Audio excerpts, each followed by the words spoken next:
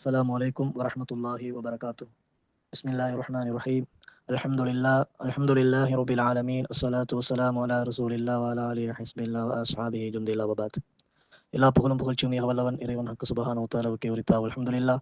ஸலாத் கருணையும் சலாமின் ஈடேற்றமும் முத்தம தூதர் சர்மாக்க போதகர் மக்கத்தில் முக்கர்ரமாவிலே உதித்து மதீனத்தில் முனவ்வராவிலே மறைந்த எமக்கெல்லாம் என்றென்றும் எப்பொழுதும் தலைவராக இருக்கக்கூடிய உயிரிலும் மேலான கண்மணியா முஹம்மது முஸ்தபா ரசூலை கரீம் ஸல்லல்லாஹு அலைஹி வஸல்லம் அன்னவர்கள் மீதும் அன்னவரின் கிளையார்கள் தோழர்கள் தாபியங்கள் தபா தாபியங்கள் அன்னவர்களை இறுதி நாள் வரைக்கும் பின்பற்றக்கூடிய அல்லாஹு தாலாவின் நல்லடியார்கள் அனைவர்கள் மீதும் ஸலாத் கருணையும் சலாமின் ஈடேற்றமும் எப்பொழுதும் முடித்தாவ். அல்ஹம்துலில்லாஹ்.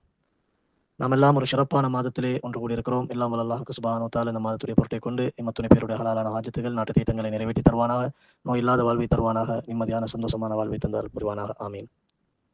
அல்லாஹ்வுடைய தூதர் ஸல்லல்லாஹு அலைஹி வஸல்லம் அவர்கள் இந்த ரமலானுடைய காலங்களை 3 பகுதிகளாக பிரித்து தந்திருக்கிறார்கள். முதலாவது பகுதி அல்லாஹ்வுடைய ரஹ்மத்துக்குரிய பகுதியாகவும், இரண்டாவது பகுதி அல்லாஹ்வுடைய மகஃபிரத்துக்குரிய பகுதியாகவும், மூன்றாவது பகுதி நரக விடுதலைக்குரிய பகுதியாகவும் எங்களுக்கு அழகான முறையிலே பிரித்து தந்திருக்கிறார்கள். ஏன் இப்படி இந்த 3 பகுதிகளாக பிரிக்கப்பட்டிருப்பதற்கு காரணம் என்ன என்று இமாம்கள் சொல்கின்ற பொழுது பலதரப்பட்ட காரணங்களை முன்வைக்கிறார்கள். விசேஷமாக ரமலானுடைய காலங்களில் அல்லாஹ்வுடைய ரஹ்மத், அல்லாஹ்வுடைய மகஃபிரத், அல்லாஹ்வுடைய நரக விடுதலை ஏனைய மாதங்களை விட அதிகமாக விசேஷமாக வழங்கப்படுகிறது. அதனால் தான் இந்த ரமலான் மாதத்தை 3 பகுதிகளாக இப்படி பிரித்து தந்தார்கள் என்று இமாம்கள் சொல்வார்கள். அந்த அடிப்படையில் இன்னும் சில கருத்துக்களை முன்வைப்பார்கள். ஒரு மனிதனுக்கு ஆரம்பமாக அல்லாஹ்வுடைய ரஹ்மத் தேவை. அந்த ரஹ்மத் கிடைத்தால்தான் அல்லாஹ்வுடைய மன்னிப்பு அவனுக்கு கிடைக்கும். ஒரு மனிதனுக்கு அல்லாஹ்வுடைய ரஹ்மத்தை பெற்ற மனிதன் அல்லாஹ்வுடைய மகஃபிரத்தை பெறுவான். அல்லாஹ்வுடைய மகஃபிரத் ஒரு மனிதனுக்கு கிடைத்து விட்டால் அவனுக்கு நரக விடுதலை கிடைக்கும். அதற்கு பின்னால் அவனுக்கு சுவர்க்கமும் கிடைக்கும். ஒரு மனிதன் சுவர்க்கம் நுழைவதற்கு இந்த நரக விடுதலை தேவைப்படுகிறது. அதனால் இந்த 3 பகுதிகளாக இப்படி ரமலான் காலத்தை பிரித்து தந்தார்கள் என்று இமாம்கள் சொல்வார்கள். இன்னும் ஒரு விதமான கருத்தை சொல்வார்கள்.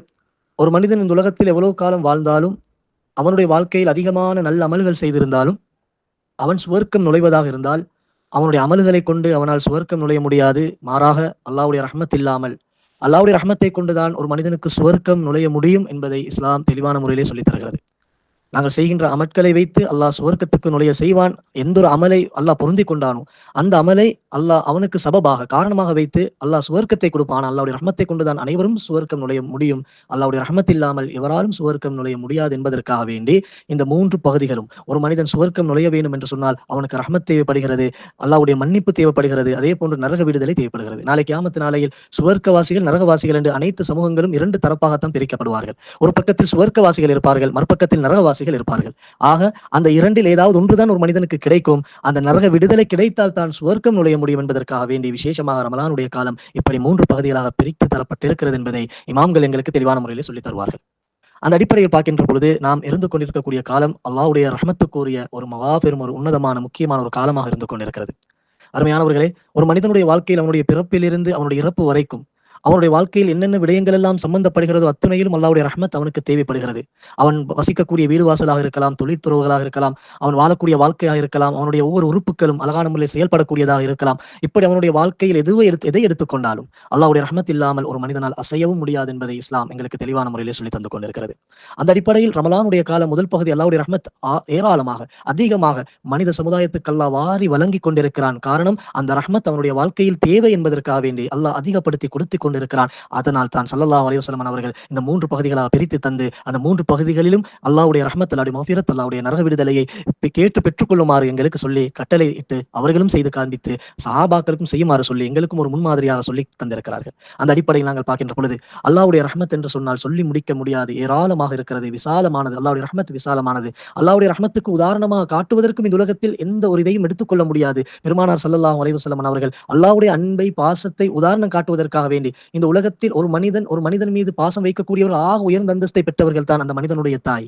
அந்த தாயை முன்வைப்பார்கள். தாயை விட மிருகங்களாக இருந்தாலும் சரி, பறவைகளாக இருந்தாலும் சரி, அதனுடைய தாய் என்று வருகின்ற பொழுது, தாய்மை என்று வருகின்ற பொழுது அந்த தாய்மைக்கு இருக்கின்ற பாசத்தை போன்று வேறு எவருமே ஒரு மனிதர் மீது பாசம் காட்ட முடியாது என்பதை அனைவர்களும் ஏற்றுக்கொண்ட ஒன்று, உலகத்திலே அனைவர்களும் ஒப்புக்கொண்ட ஒன்றாக இருந்து கொண்டிருக்கிறது. அதனால் தான் ஸல்லல்லாஹு அலைஹி வஸல்லம் அவர்கள் வேறு எதையும் எடுக்கவில்லை. அல்லாஹ்வுடைய அன்பை, பாசத்தை, நேசத்தை காட்டுவதற்காக வேண்டி தாயுடைய பாசத்தை முன்வைப்பார்கள். தாயை முன்வைத்து காட்டு சொல்லுவார்கள். அல்லாஹ் தாயை விட 70 மடங்கு மூமின்களுடைய முஸ்லிம்கள் மீது இரக்கமாக இருக்கிறான், அடியார்கள் மீது இரக்கமாக இருக்கிறான் என்றெல்லாம் ஸல்லல்லாஹு அலைஹி வஸல்லம் அவர்கள் சொல்லி தந்திருக்கிறார்கள். இந்த அளவுக்கு அல்லாஹ்வுடைய பாசம் விசாலமானது, அதற்கு எல்லையே கிடையாது என்பதை நாங்கள் தெளிவான முறையிலே புரிந்து கொள்ள வேண்டும். அல்லாஹ்வுடைய தூதர் ஸல்லல்லாஹு அலைஹி வஸல்லம் அவர்கள் சொன்னார்கள், அல்லாஹ் அன்பை, பாசத்தை, ரஹ்மத்தை 100ஆக பங்கு வைத்து, அதில் 99 பங்கை தன்னிடம் வைத்துக்கொண்டு, ஒரே ஒரு பங்கை மாத்திரம் இந்த உலகத்துக்கு அல்லாஹ் தஆலா அனுப்பி வைத்திருக்கிறான்.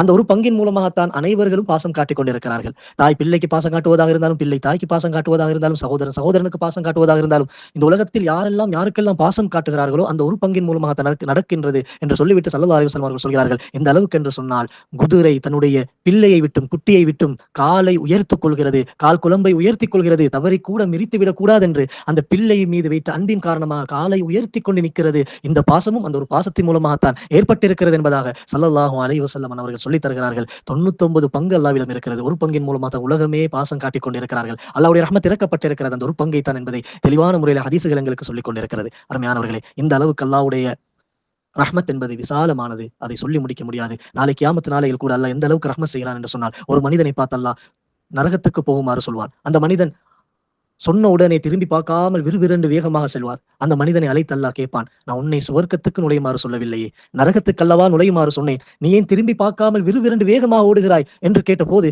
அந்த மனிதன் சொல்வான், யா அல்லாஹ், உன்னை மறந்து நான் வாழ்ந்து விட்டேன், உன்னுடைய கட்டளைகளை மீறி நான் வாழ்ந்து விட்டேன், உலகத்தில் நீ சொன்ன விடயங்களை நான் செய்யாமல் என்னுடைய சொந்த இஷ்டத்தின் பிரகாரம் நான் வாழ்ந்து விட்டேன் நாயனே, இப்பவாவது நீ சொல்றதை நான் கேட்க வேண்டும் என்ற ஒரு எண்ணம், உன்னுடைய கட்டளையை மீறக்கூடாது என்பதற்காக வேண்டி நான் விறுவிறாக நரகமாக இருந்தாலும் பரவாயில்லை என்று சென்றேன் என்று சொன்ன போது அல்லாஹ் இரக்கமானவன், என்னுடைய கட்டளையை மீறக்கூடாது, இப்பவாவது கேட்க வேண்டும் என்ற எண்ணத்துடன் நீ செய்தாயா, நான் உனக்கு நரகத்தை ஹராமாக்குகிறேன், சுவர்க்கத்தை வாஜிபாக்குகிறேன், நீ சுவர்க்கத்துக்கு நுழை என்று அல்லாஹ் சொல்வான் என்பதாக கண்மணி நாயகம் ஸல்லல்லாஹு அலைஹி வஸல்லம் அவர்கள் அழகான முறையிலே சொல்லித் தருகிறார்கள். இன்னொரு மனிதனை பார்த்து அல்லாஹ் சொல்வான், நீ நரகத்துக்கு செல்லுமாறு சொல்வான். அந்த மனிதன் நரகத்துக்கு விறுவிறுண்டு செல்லாமல் விட்டு விட்டு திரும்பி திரும்பி பார்த்து செல்வான். கொஞ்சம் தூரம் செல்வான், திரும்பி பார்ப்பான், திரும்ப கொஞ்சம் தூரம் செல்கிறான், திரும்பி பார்க்கிறான், இப்படி பார்த்து செல்கிறான். இந்த மனிதனை அழைத்து அல்லாஹ் கேட்பான், எப்படி என்று சொன்னால், உன்னை நான் நரகத்துக்கு செல்லுமாறு சொன்னேன் அல்லவா, நீ ஏன் திரும்பி திரும்பி பார்த்து சென்றாய் என்று கேட்டபோது அந்த மனிதன் சொல்வான், யா அல்லாஹ், நீ இரக்கமானவன், நீ தாயை விட பல்மடங்கு இரக்கமானவன், உன்னுடைய இரக்கத்தை போன்று யாராலும், நீ இரக்கம் காட்டுவது போன்று யாராலும் இரக்கம் காட்ட முடியாது, நீ அன்பானவன், நீ இரக்கத்தில் அதிகமாக இரக்கத்தை காட்டக்கூடிய ரப்புல் ஆலமீன், யா அல்லாஹ், என்னை மன்னித்து நான் திரும்பி பார்ப்பதன் மூலமாக நீ என்னை மன்னிக்க மாட்டாயா, எனக்கு மன்னித்து எனக்கு சுவர்க்கத்தை தரமாட்டாயா என்று ஆதரவு வைத்து உன் மீது நம்பிக்கை வைத்து நான் திரும்பி பார்த்தேன் நாயனே என்று கேட்டபோது சொன்னபோது அல்லாஹ் அந்த மனிதனை பார்த்து சொல்வான், நீ என் மீது நம்பிக்கை வைத்து திரும்பி பார்த்தாயா, என்னை இப்பொழுது நம்பினாயா, என்னை நம்பிக்கை வைத்து என்னுடைய பாசத்தை ஆதரவு வைத்து நீ பார்த்தாயா, ஆகவே உனக்கு நான் நரகத்தை ஹராமாக்குகிறேன், சுவர்க்கத்தை வாஜிபாக்குகிறேன், நீனும் சுவர்க்கம் நுழைவாயாக என்று நாளை கியாமத்து நாளையில் அந்த அடியானையும் பார்த்து அல்லாஹ் சொல்வான் என்றார்கள் அருமை நபிகள் நாயகம் ஸல்லல்லாஹு அலைஹி வஸல்லம் அவர்கள். அருமையானவர்களே, இப்படியாப்பட்ட விசாலமானது அல்லாஹ்வுடைய ரஹ்மத். அந்த ரஹ்மத் எங்களுடைய வாழ்க்கையில் முழுக்க தேவைப்படுகிறது. ஆகவே ஒரு முக்கியமாக விசேஷமாக அல்லாஹ்வுடைய ரஹ்மத்துகளை வாரி வழங்கக்கூடிய ரமலானுடைய காலம் முதல் பகுதியிலே நாங்கள் இருந்து கொண்டிருக்கிறோம். அதிகமாக அல்லாஹும்ம இரஹம்னா பிரஹ்மத்திக யா அர்ஹமர் ராஹிம் என்ற பிரார்த்தனையை ஒவ்வொரு தொழுகைக்கு பின்னாலும் ஒவ்வொரு நேரம் கிடைக்கும் நேரம் எல்லாம் அதை கேட்டு அந்த ரஹ்மத்தை பெற்றுக்கொண்டு அல்லாஹ்வுடைய ரஹ்மத் எங்களுடைய வாழ்க்கைக்கு தேவை என்பதை உணர்ந்து அல்லாஹ்வுடைய ரஹ்மத்துக்கு அதிகமாக அல்லாஹ்வுடைய ரஹ்மத்தை கேட்டு பெற்றுக்கொண்டு அல்லாஹ்வுடைய ரஹ்மத்துக்குரியவர்களாக அல்லாஹ் தஆலா அனைவர்களையும் தௌஃபீக் செய்வானாக. யா அல்லாஹ், எங்களுடைய பாவத்தை மன்னிப்பாயாக. யா அல்லாஹ், எங்களுடைய பெற்றோர்களுடைய பாவத்தை மன்னிப்பாயாக. உற்றார் உறவினர் மனைவி மக்களுடைய பாவத்தை மன்னிப்பாயாக. யா அல்லாஹ், எங்களை புரிந்து கொள்வாயாக. எங்களை நோன்பை ஏற்றுக்கொள்வாயாக. யா அல்லாஹ், நாங்கள் செய்யக்கூடிய அமல்களை ஏற்றுக்கொள்வாயாக. யா அல்லாஹ், உன்னுடைய இந்த ரமலானுடைய காலத்தில் முதல் 10 உன்னுடைய ரஹ்மத்துக்குரிய 10 நீ யார் யாருக்கெல்லாம் ரஹ்மத்து கொடுக்க காத்துக் கொண்டிருக்கிறாயோ அந்த கூட்டத்திலே எங்களையும் எங்கள் உற்றார் உறவினர்களையும் சேர்த்து அருள்வாயாக. ரப்பனா வ தக்கபல் துஆ. வஸ்ஸலாமு அலைக்கும் வரஹ்மத்துல்லாஹி தஆலா வ பரகாத்துஹு.